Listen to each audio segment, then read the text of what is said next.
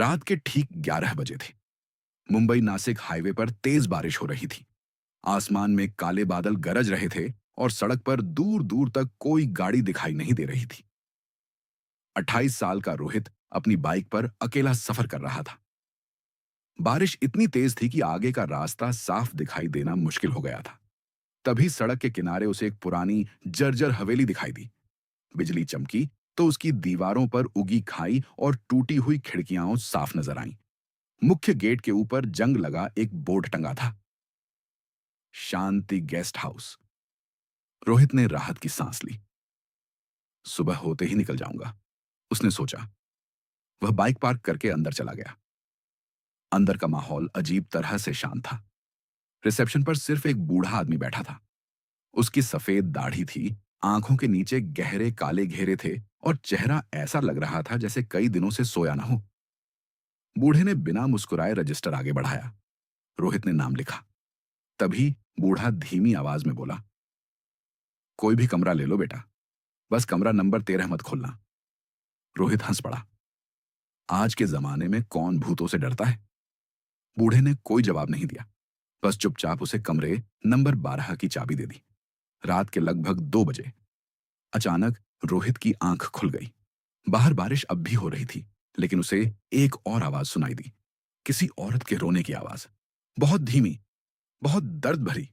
और वह आवाज ठीक बगल वाले कमरे नंबर 13 से आ रही थी।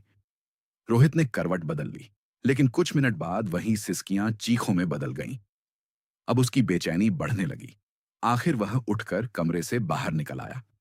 गलियारे में पीली टिमटिमाती लाइट जल रही थी। कमरा नंबर 13 उसके सामने था। उसने धीरे से दरवाजे के कीहोल में आंख लगाई। अंदर जो उसने देखा, उसे देखकर उसका खून जम गया। एक बेहद खूबसूरत लड़की फर्श पर बैठी रो रही थी। उसकी सफेद ड्रेस जगह जगह खून से सनी हुई थी। उसके लंबे काले बाल चेहरे पर बिखरे हुए थे। अचानक वह रोना बंद कर देती है, फिर धीरे धीरे अपना सिर ऊपर उठाती है और सीधे कीहोल की तरफ देखने लगती है, ठीक रोहित की आंखों में। रोहित डर कर पीछे हट गया। उसकी सांसें तेज हो गईं। उसे कैसे पता चला कि मैं उसे देख रहा हूं? वह भागकर अपने कमरे में लौट आया। पूरी रात उसे नींद नहीं आई। सुबह होते ही वह नीचे रिसेप्शन पर पहुंचा। बूढ़ा मैनेजर वहीं बैठा था। रोहित ने कांपती आवाज में रात की पूरी घटना बता दी। यह सुनते ही बूढ़े का चेहरा पीला पड़ गया। उसने धीरे से पूछा, उसकी आंखों का रंग क्या था? रोहित बोला, काली। बूढ़े के हाथ कांपने लगे। उसके चेहरे पर डर साफ दिखाई दे रहा था। नहीं, उसकी आंखें काली नहीं हो सकती। रोहित हैरान रह गया। क्यों? बूढ़ा कुछ सेकंड चुप रहा, फिर बोला, 20 साल पहले इसी कमरे में एक लड़की की बेरहमी से हत्या हुई थी। हत्यारे ने उसकी दोनों आंखें निकाल ली थीं। रोहित के शरीर में सिहरन दौड़ गई।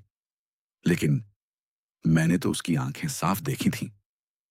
बूढ़े ने धीरे धीरे उसकी तरफ देखा, फिर एक अजीब मुस्कान उसके चेहरे पर फैल गई और वह बोला, बेटा, अगर उसकी आंखें दिखी तो वो लड़की नहीं थी। रोहित का दिल जोर जोर से धड़कने लगा। तभी उसकी नजर रिसेप्शन के पीछे लगी एक पुरानी तस्वीर पर गई। फोटो में वही लड़की खड़ी थी, सफेद ड्रेस में, मुस्कुराती हुई, और उसके बगल में एक आदमी खड़ा था। वही चेहरा, वही आंखें, वही मुस्कान, यही मैनेजर। रोहित ने कांपते हाथों से फोटो के नीचे लिखी तारीख पढ़ी। 1998। उसका गला सूख गया, क्योंकि कुछ मिनट पहले उसने होटल रजिस्टर में मैनेजर की जन्मतिथि देखी थी।